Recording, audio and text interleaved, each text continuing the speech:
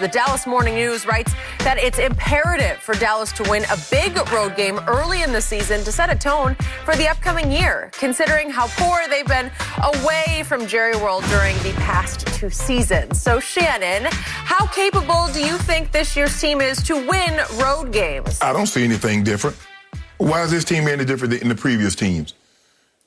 Last time they won a road game against a team that made the playoffs was in 2018. Man, you don't skip. I was barely 50 years old. Yep. Now I'm 53. So that's how long it's been. 3 years since y'all won a road game against a team that made the playoffs in the same season. You don't have to tell me. Get what? He gonna be 54. I'll be 54 before y'all go to the playoffs. Skip, look. The Cowboys, every year, we hear, moral victory. And this is Stephen Jones was on the radio talking about this is a sign of things to come. Does he know y'all lost? Do I need to tell him? Stephen, you guys lost that game. So if this is a sign of things to come, I see more L's in your future. By the way, the quote was from Stephen. You did get a taste of the type of brand of football that we're going to play this year. Go ahead. Losing football. Yep. Because that's what happened. You lost. Were you surprised at how well they played? Yes, you were. Who cares You about admitted that the next day. Wow, I was surprised. I didn't see that coming. In pro sports, there is nothing other than wins and losses. They pushed the GOAT to a walk-off field goal. Let that sink in for a second, what you say. You over there celebrating the loss. Well, you I lost, Skip Bayless. Skip, I still do not believe, I still don't trust their defense. I understand. Skip, they got 4 turnovers and still gave up 31 points. So what happens if you don't get those 4 turnovers? Well, they got goated. That's what he does. Skip, you do okay. They got Herbert. They got, Mac Jones. Mac Jones in week 6. They got my homeboy. Now, you just saw what AB did. So picture Tyreek. You saw what Gronk did. Now picture Travis Kelce. You saw what Brady did. He can't move. What about my homeboy and Arrowhead? And you skipped over at New Orleans, and all of a sudden that doesn't look so winnable. And Tyler Heineke. And Jalen Hurts. Make it hurt. Everybody hurt. Yeah, everybody's going to hurt. You in for it. I've been waiting for this moment for a very, very long time. No, you've been living in this moment for like 3 years. Justin Herbert just shredded a very good Washington defense. He did. I'm foreshadowing. I see Herbert looked. He looked all world. He did. They converted 14 of 19 third downs on the road at Washington against at least a very good front 7. I'm not convinced about the back 4, but the front 7 is top of the list. Yes. And in that game, they put up 424 yards to Washington's 259.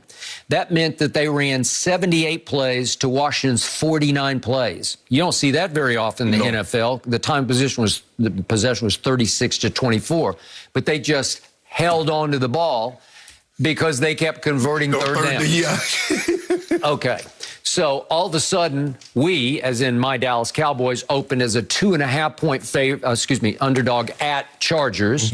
Not all that bad if you're given 3 for home field, but it quickly got bet up to 3 where it now stands because of what Justin Herbert and the Chargers did at Washington. Well, what about Dak? Didn't Dak do something good on the road? He did something great on the road. And then what happened? Nobody saw that coming because I didn't, because he played not a snap of preseason football.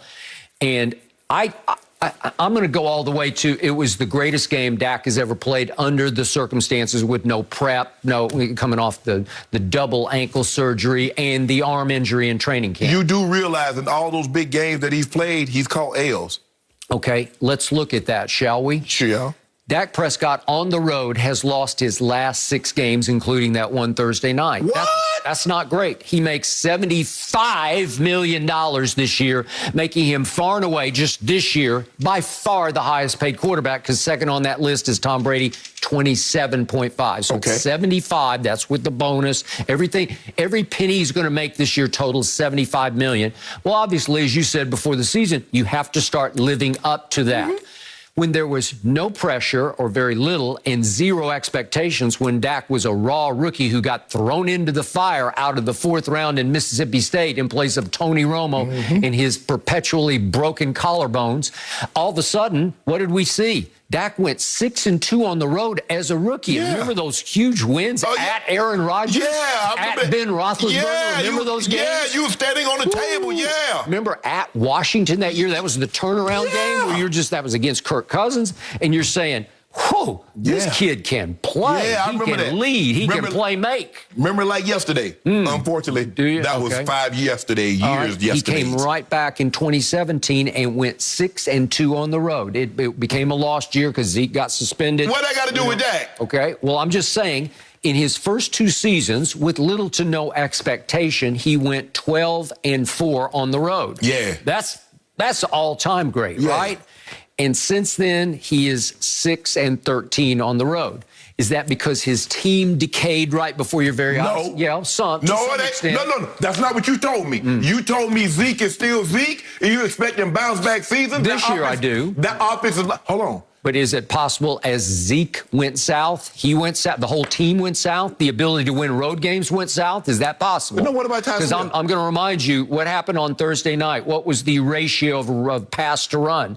It was 58 passes to 18 runs. Yeah. And we're going to talk about this in depth a little later in the show, so buckle up for that. But there were 28 runs called, said Kellen Moore, the offensive coordinator. I called 28 runs. 28? Yeah. Dak checked out of 12 and threw the football. Okay, so Dak says, I want the ball and put it in my hands. I'm going to take it out of my best friend's hands, and I'm going to throw the hell out of it. And he almost got them home. But can you get them home in another big road game? Because they're going to loom larger and larger. Right. And this one is obviously way more winnable than the one last Thursday night was. Still, but I think you agree with me. They've invested heavily on the offensive side of the football. Most of their money with Dak, Amari, Zeke, Zach, Lyle Collins, Tyron Smith, a lot of the lion's share of their money is invested on that side. So you expect that side of the ball to carry the lion's share of the load. And they're going to have to. I'm still not convinced in your defense. You might be, but I am not. Okay, so what are we up against? What are the handicaps going forward? Well, obviously, Lyle Collins got suspended for 5 games. That's the right side protector, right? Yeah, and he was sensational. I didn't expect him to get suspended for 5 games. But you expect something to go wrong with the Cowboys, right? No, I don't. Oh, so they're past that now. Well, again, we have won 5 championships in our lifetime. But there you go. You going way back. We are still America's team. For real, So are you saying it's cursed? Are you saying that what can go wrong always goes wrong with the Cowboys? Because it doesn't always go wrong.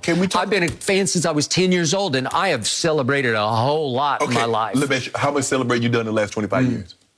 Well, a lot. You know, think about how things have changed. 2014, 2016, 2018, I celebrated. Think about your brothers won the James Beard Award. He won it twice, right? Yeah. You got married to lovely Ernestine. I mean, so those are 2 celebratory occasions. Okay. There are some nights I'm not sure that's the greatest thing I ever did, but I love you, Ernestine. But let me ask you a question. How many times have you celebrated the last 25 years something your Cowboy did? Because you tell me championship. It's all about championship. You love Tom Brady, you love Michael Jordan because they win. With my Cowboys, it's all about division championships. 14, 16, 18, raise the banners. Really, Skip? Raise the banners. Really? Yeah. That's what you lowered it to. So what are we up against? All of a sudden, there's no Lyle Collins, and it's Terrence Steele, undrafted free agent who actually started 14 games, unfortunately, as a rookie last year, and he is thrust into the breach once again, right before your very eyes. He's got to protect the eye side of Dak Prescott. Zach Martin, fortunately, is back at right guard. He's a Hall of Famer. But Randy Gregory is very iffy as the bookend pass rusher that I think made DeMarcus Lawrence's life a lot easier at Tampa Bay. I think he rose and shone because Randy Gregory was raising hell on the other side and was attracting some doubled attention over there. So the point is, I don't know if he'll make it back. He's got to pass 2 tests. He is vaccinated, but he is on the list. But that rookie tracker looked real good. That one from Northwestern, Rashawn. He did. Yeah, he looked good. Did you see him against Chase Young? He just shut him out. Okay. Because I watched a good bit of that, and I don't even remember Chase Young playing. Neither do I. Okay, so that was highly impressive. I will give you that. And finally, Michael Gallup, the third of my tremendous trio of receivers, is gone for God knows how long on IR with a pulled or ripped calf muscle, right? So these are big losses potentially going forward, which heaps more pressure on my quarterback. Well, I'm looking at, okay, so what have we seen from him? Well, last year we saw him lose at the Rams, but he played very well. And they got a bad call. They got the offensive push-off on Michael Gallup, remember? So they opened up, but they lost at the Rams. I give you, that was an L, and I'm not even going to take a moral victory in that one. Okay. And then they went to Seattle, and they lost. And Jerry Jones is the next day ripping Dak Prescott, saying, because there's a last-second throw to tie the game into the end zone. It got picked. And he said, well, Patrick Mahomes makes that kind of play where you wheel out of the pocket and scramble mode, and then you find somebody. And then he tagged even Romo. Romo makes those plays. Okay? Dak, you got called out. So